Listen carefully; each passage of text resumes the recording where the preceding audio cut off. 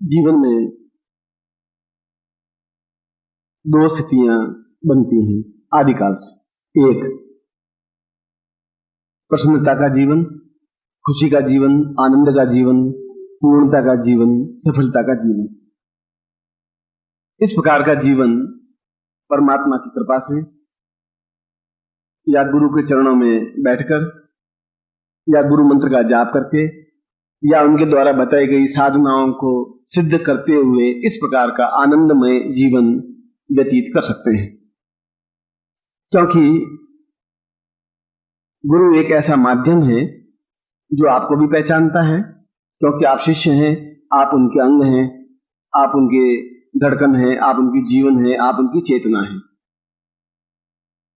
और वह गुरु ईश्वर को भी पहचानता है, क्योंकि ईश्वर को पहचानने के बिना तो गुरु बन ही नहीं सकता। उन दोनों के बीच की एक कड़ी है।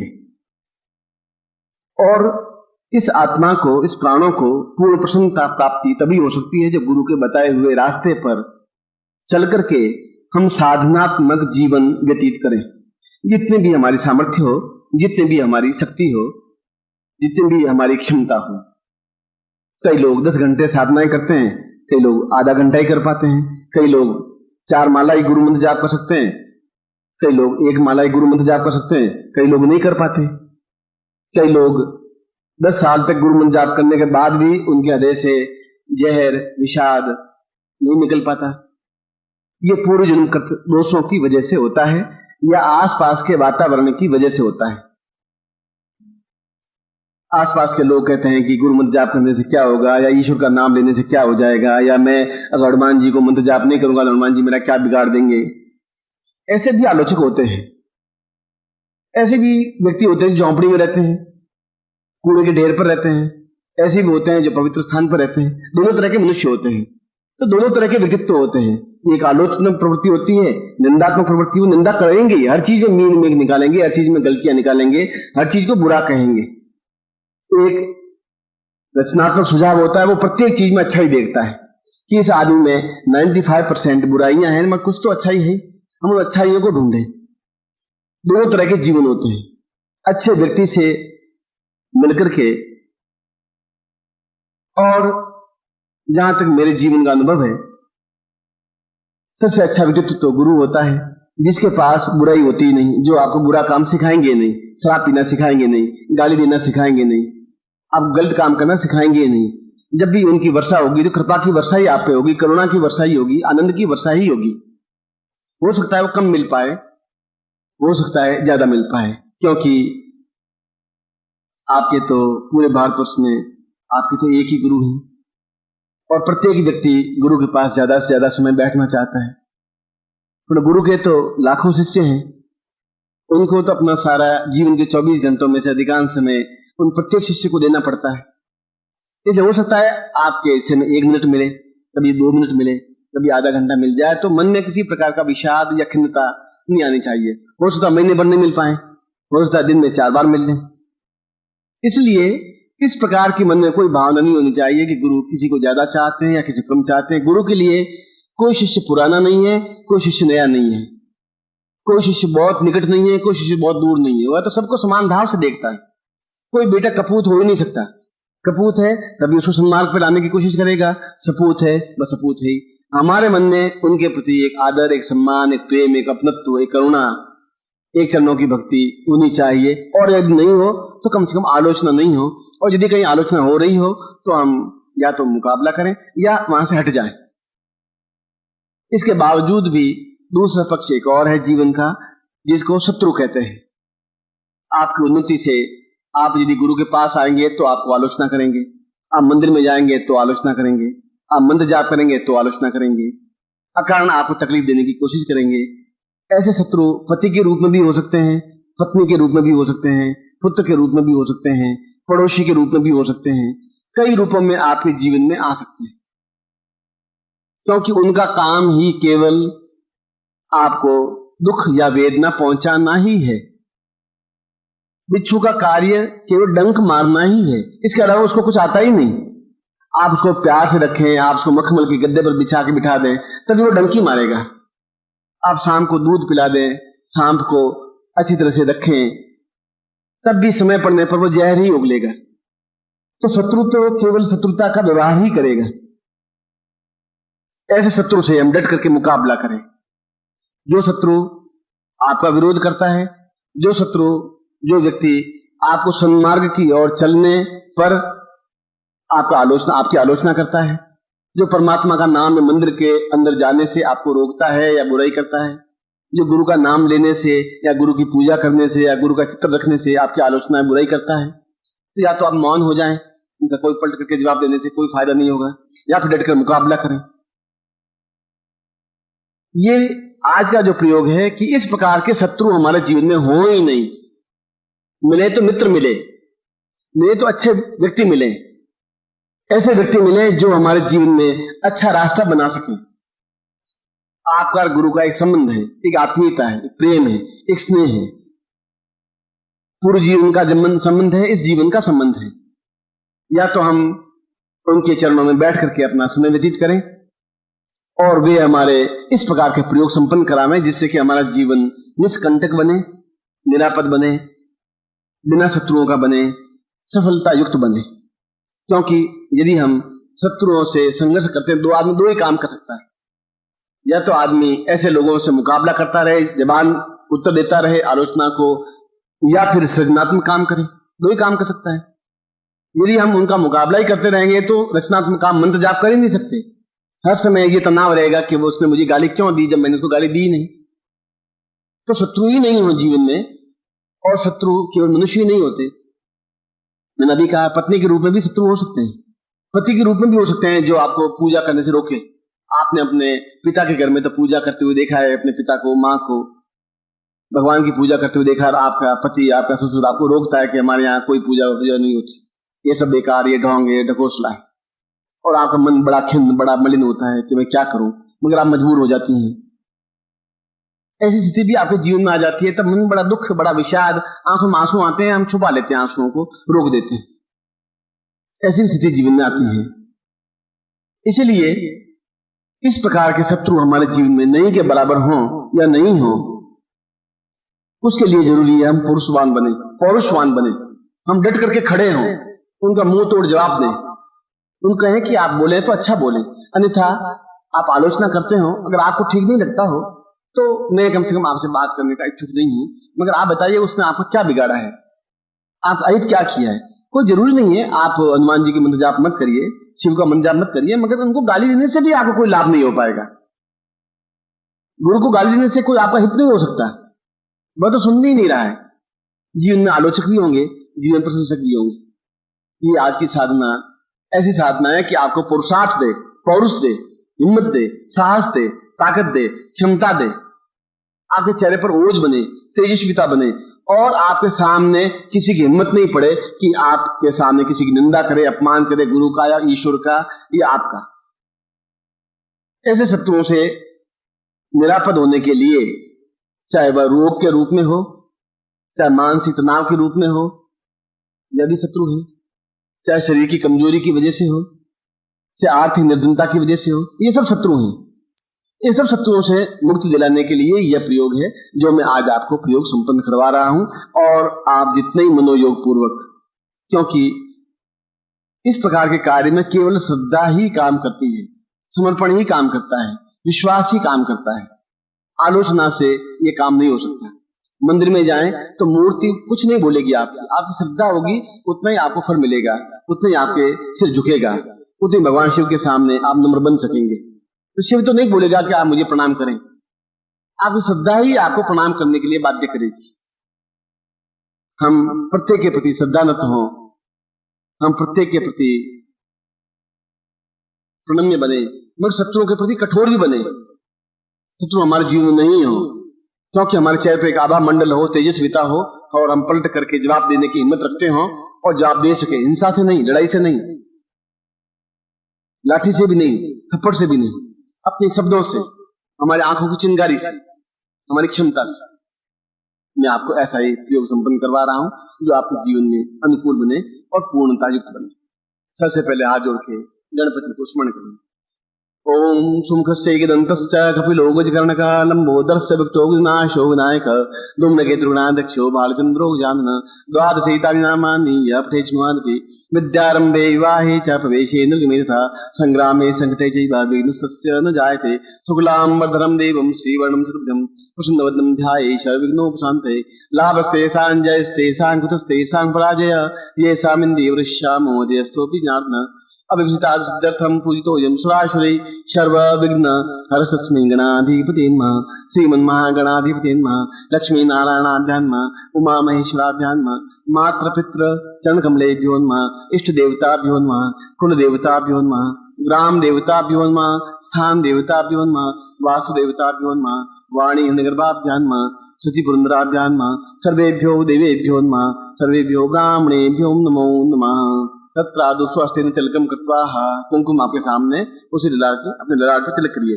नमो संताय सहस्रमूर्ते सहस्रपादाक्षरोर्भावे सहस्रनाम्ने पुरुषाय शाश्वते सहस्रकोटिविधारिणे नमः। तत्रादु चोटी की गांठ लगाइए। मानस्तोक्ते मानाखिमानो गोखमानो अस्वावामहे ताम शिखा बंदम का संकल्पम कुर्यात। दाहिने हाथ में जल हो जल लीजिए या मान लीजिए आपके हाथ में जल है। ओम विष्णु विष्णु विष्णु भात पर बटखंडे जम्बूदीपे शालिमान साके बुद्धावतारे सम्मसे समुद्र में घोषमता 2053 आश्विन मासे स्वे कृष्ण पक्षे यास पुरुषाम रविवार से प्राप्त लक्ष्मी प्राप्त लक्ष्मी श्रीकाल सुहानम शकल मन इस कामना सिद्धर्थम लोके वासे वाय राजद्वारे सर्वत्र यश विजय लाभादि प्राप्तिथम सभारिस्य सपुत्रस्य सबान्वस्य अखिल कुटुंब सहितस्य सबसो समस्त भय व्याधिरा पीड़ा मृत्यु प्रियाम आयु आरोग्यताम अमुक गोत्रोत्पन्नो हम। अपनी जाति बोलिए। अमु शर्मा हम नाम बोलिए। काम पूर्णत्व प्राप्ता निमित्तम शत्रु बाधा निवृत्ति पूर्वसा प्रयोगम तुभ्यम संपद दे। छोड़ दीजिए। अब ये माला हाथ में ले लीजिए और माला को सिद्ध करिए। दूसरे दोनों चीजें रहने दीजिए। ओम माले माले महामाय सर्वशक्ति ऐसे घुमाइए। माले माले महामाय सर्वशक्ति स्वरूपिणी चतुर्वर्ग तस्मान में सिद्धाम हुआ पूर्ण सिद्धि प्रदमालयाम सर्वशत्रु विनाशाय एतोस्मानम सकुर्यम कुर्यात। अपने गले में इसको धारण करिए। अब गुटिका लीजिए। ये गुटिका याद कर लीजिए। इस गुटिका को लीजिए और दाहिने हाथ राइट हैंड में या इधर आपका दाहिना हाथ। ओम पूर्विशाम एतोस्मानम सैकदाम दीर्घा समस्त पाप दोष क्षय शत्रु विनाशाय एतोस्मानम स पूर्विशाम एतोस्मानम सद्दम इदमचिनम वो ज्योति पूर्णादरि परामपत पूर्णा पुनावता पवित्रमणि मस शत्रु विनाशाय एतोस्मानम सैकदाम पूर्विशाम पूर्णत्व प्राप्ताय सातब्दम ज्योतिम वो ज्योति दीर्घा एतोस्मानम सैकदाम दीर्घा सा तब्दम ज्योतिम वो ज्योति पूर्णादरि परामपत पूर्णातुभ्यम येतवो जेतुभ्यम समर्पयेत। दोनों नेत्रों से लगा करके अपने सामने इसको रख दीजिए नीचे। अब इस यंत्र को अपने हाथ में लीजिए। जो यंत्र आपके सामने, इसके ऊपर जल से स्नान करवाइए जैसे आप स्नान करवा रहे हैं। ओम बाएं हाथ लेफ्ट हैंड में ले लीजिए और दाहिने हाथ से जल में स्नान करिए। ओम मनुष्योतम मनमसीवनीतोनिशम पयोदधिगतम चैव मधुचस्रक्रायतम पंचामृतं देवी स्नानार्थं पंचाम स्नानं समर्पयामि नमः। पंचमस्ते गंगा जलम। ओम गंगे चिन्ने चैव गोदावरी सरस्वती नर्मदा कावेरी जलेस्मिन् सन्निधिकुरु ब्रह्माण्डोद तीर्थानि करे पृष्ठान्ते दिवे तेन सत्येन मे देवी तीर्थं देहि दिवाकर स्नानं कुर्यात्। दुपट्टे इसको पहुंच लीजिए। अब उसके ऊपर कुमकुम की 5 बिंदियां लगा दीजिए। तत्रादो पूर्ण सुख शांति साम्राज्यम स्थापयामि नमः। तत्रादो पूर्ण वैभव उन्नति प्राप्ताय स्थापयामि नमः। तत्रादो सर्व शत्रु विनाशाय एतो संतुष्ट विनाशाय स्थापयामि नमः। सर्व मित्राणि मम सुख सौभाग्य धन धान्य प्रतिष्ठां तुभ्यं संप्रदायामि आवाहं स्थापयामि नमः। पूर्ण गुरु चरणारविंदम सा देवता कृपा गुरु कृपायां प्राप्ता तुभ्यं संप्रददेहि। अब इसके ऊपर धीरे धीरे अच्छी चढ़ाइए, चावल चढ़ाइए। नमो संताय सहस्रमूर्ते सहस्रपादाक्षरोर्भावे सहस्रनाम्ने पुरुषाय शाश्वते ओम निकेत बोरजित्वाम वायुदेवो वसविता प्रापत सहिष्ठमायक्रम आप्यन्द्राभागं प्रजाग्मयाकमयमावस्तं दोषत गोवा अस्मिन् गोपतो स्यातवीर यजमानस्य प्रसूनपायि पूर्णां विपरां पतः पूर्णां पुनरापत सामूर्ति गोंशतकृतोः चित्तिञ्जो मनसाकथमिदा देवाय्यागमन विधि होत्रावितावृता पते विश्वस्य भूमनोज्यों विश्वकर्मणे विश्वाहादा बिगुं अभिः। अब यंत्र के ऊपर इस गुटिका को रख करके दोनों हाथों में दीजिए। मैं इसको प्राण प्रतिष्ठा करके आपके लिए अनुकूल बना रहा हूं। दोनों हाथों में रखिए और मेरी तरफ देखिए। ओम दीर्घोयत्वाय बलाय वचस्वाय में सहस्रमथो जीव शब्दस्तम्मा चितिंजा पूर्वासाच निकल्यान्तम दीर्घो कल्याणम कल्याणम कल्याणम Ankam चंडम तंपम यंसम बिंदुराय मर्दय मर्दय Malay Malay जागरे जागरे त्रोटे त्रोटे Deeptam Deeptam palm पीम तुम पार्वती पूर्णा खांची खूंखे चिता सांसी सोम सप्तशती देवी अमृतिम कुसुमय एंकारि रूपारिं खरिपारि केकलिंकारि कामरूप ने बीज रूपेण मुस्ते चामुंडा जन्नगाति जयंकारि वरदानी निश्चय च वैदन दान दिन दुम दुजडे पत्नी बांबी मुवागधीश्वरी कान क्लीं क्रूं कालिके देवी सांसी सोमे सुम गुरु हुम गारूप ने जन्नानी गाम रीम बुम बैरिवद्रेवान निरिमा ओम पूर्वाय तो स्वानम सा दीर्घो तो स्वानम शक्ति कल्याणतम समस्त शत्रुनां दुष्ट विनाशाय पूर्ण आरोग्य सुख शांति सौभाग्य धन धान्य यश प्रतिष्ठा ऐश्वर्य अभिवर्तेतां पूर्णत्व प्राप्ता निमित्तम सचिंत्यामि कल्याणतां दीर्घो तो स्वानम सनेति भूताल स्वानिति दीर्घा तो स्वानम शक्ति कल्याणतां पूर्णत्व प्राप्तां पूर्णां वैपरां पूर्णां पुनरावता मूर्जगुं सकलो चितिंज्वा दीर्घा तो स्वानम शक्ति कल्याणतां दीर्घसा तब्बमिदं मोजोति पूर्णां सातभ्यं संपर्ददे। इसको बाएं हाथ में ले लीजिए, लेफ्ट हैंड में, दाहिने हाथ में मंत्र बोलता हूं, उस मंत्र का उच्चारण करिए। बोलिए ओम क्रीं क्रीं कूष्मांडायै क्रीं क्रीं ओम। वापस बोलिए ओम क्रीं क्रीं कूष्मांडायै क्रीं क्रीं ओम। ओम क्रीं क्रीं कूष्मांडायै क्रीं क्रीं ओम। ये आपको विद्युत माला से या सिद्धि माला से ये माला पहन करके और रोज 5 माला मंत्र जाप करना है और 31 दिन तक करना है। 31 डेज 31 दिन तक करना है इस माला के मंत्र जाप से। इस यंत्र के ऊपर गुटिका रहेगी, उस गुटिका के सामने करना है और 32वें दिन या 33वें दिन इस यंत्र को, इस गुटिका को और उस माला को नदी में प्रवाहित कर देना है। 31 दिन तक मंत्र जाप करना है। नित्य 5 माला मंत्र जाप सुबह या शाम या रात्रि को किसी भी समय आप इसको नीचे रख दीजिए यंत्र को। मैं आपको आशीर्वाद देता हूँ। दोनों हाथ खोल दीजिए। मंत्रार्था सफला संतु पूर्णाम संतु मनोरथा शत्रुनाम विनाशोस्तु मित्राणाम यस्तव ऋग्वेद यजुर्वेद सामवेदो यथर्न ब्रह्मवाक्स्थान्त्यमनन्तीं तशत्रवाननन्तीं तशत्रवाननन्तीं तशत्रवान अक्षतां प्रस्थेतोन्त्यं गृह्णन्ति ये नरा चत्वारो वर्धते लक्ष्मी आयु बुद्धि यशो बलं शीर्षमायुष्यमारोग्यं मादत्मानं महिते दानेन्द्रं पुष्पलाभं सत्संवत्सरं दीर्घमायु श्रीस्थिते लक्ष्मी सुकृत्यां बहुरात्रे पार्श्वे नक्षत्राणि उपस्नो व्यातं इष्टं निखाणं निखाण सर्वलोकं निखाण मम समस्त शिष्येण पूर्ण सुख सौभाग्य शत्रु विहिताय दुष्ट विहिताय पूर्ण आरोग्य धन धान्य ऐश्वर्य प्राप्ताय सातभ्यं संवर्धते। आपको मैंने समझा दिया है। धोती पहन करके और इसको मंत्र जाप करेंगे और 30 दिन तक मंत्र जाप करना है इस मंत्र का, रोज 5 माला और इस यंत्र उस गुटिका के सामने। उसके बाद इस गुटिका को, यंत्र को और उस माला को नदी में प्रवाहित कर देंगे और निश्चय ही आपका मन, फिर एक बार फिर कहता हूं कि सफलता के मूल में श्रद्धा, विश्वास और समर्पण ही काम करता है। जब तक इससे पहले शिष्य गुरुकुल में रहते थे, वहां का वातावरण 24 घंटे गुरुकुल में गुरु का ही रहता था। या गुरु होती थी या गुरु माता होती थी। इसके अलावा न बाहर के लोग होते थे, न आलोचक होते थे, सब गुरु भाई होते थे। वशिष्ठ के, विश्वामित्र के, गर्ग के, अत्रि के, कणाद के, पुलस्त्य के। मगर अब जीवन बदल गया है। गुरु के पास तो हम केवल 5-10 मिनट रह पाते हैं। अधिकतर समय तो उन लोगों के बीच में रहना पड़ता है जो आलोचक हैं, हिंसक हैं, घटिया हैं। इससे उनका प्रभाव हम पर नहीं पड़े, ऐसे ही मैं आपको आशीर्वाद देता हूँ और कल्याण काम।